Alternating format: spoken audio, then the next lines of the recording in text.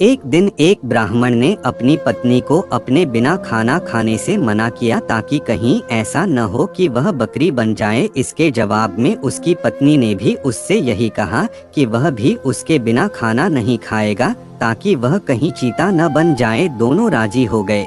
इस तरह काफी दिन निकल गए और दोनों में से किसी ने अपना वायदा नहीं तोड़ा। दोनों एक दूसरे के साथ ही खाना खाते थे। पर एक दिन उस ब्राह्मण की पत्नी ने अपने बच्चों को खाना देते समय उस खाने में से चखने के लिए एक कौर खुद खाकर देख लिया। उस समय क्योंकि उसका पति वहाँ था नहीं, सो उसकी पत्नी तुरंत ही एक बकरी बन गई।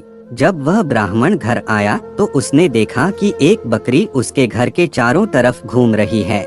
यह देखकर वह बहुत दुखी हुआ क्योंकि वह तुरंत ही जान गया कि वह बकरी और कोई नहीं बल्कि उसकी अपनी प्यारी पत्नी थी।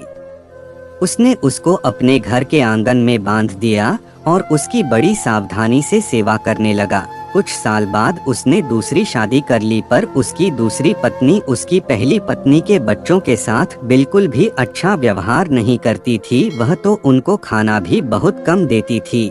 वे बच्चे बेचारे बहुत परेशान रहते थे। उनकी बकरी माँ उनकी शिकायतों को सुनती रहती, पर वह बेचारी भी कुछ नहीं कर सकती थी। उन बच्चों की माँ ने यह भी देखा कि उसके बच्चे दुबले होते जा रहे हैं, इसलिए एक दिन उसने अपने बच्चों में से एक बच्चे को अपने पास बुलाया और उससे दूसरों को भी यह बात चुपचाप बताने के लिए कहा कि जब भी उनको भूख लगे तो वे एक डंडी से उसके सींगों को मारें।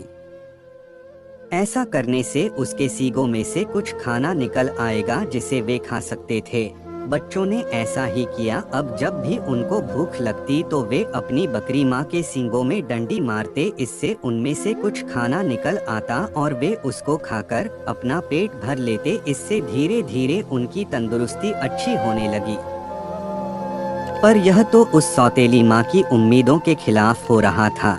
उसके सौतेले बच्चे तो बजाय दुबले होने के और ज्यादा तंदुरुस्त होते जा रहे थे, जबकि वह खुद उनको बहुत कम खाना देती थी। वह उनको इतना तंदुरुस्त देखकर बहुत ही ताज्जुब में पड़ गई कि यह सब कैसे हो रहा था।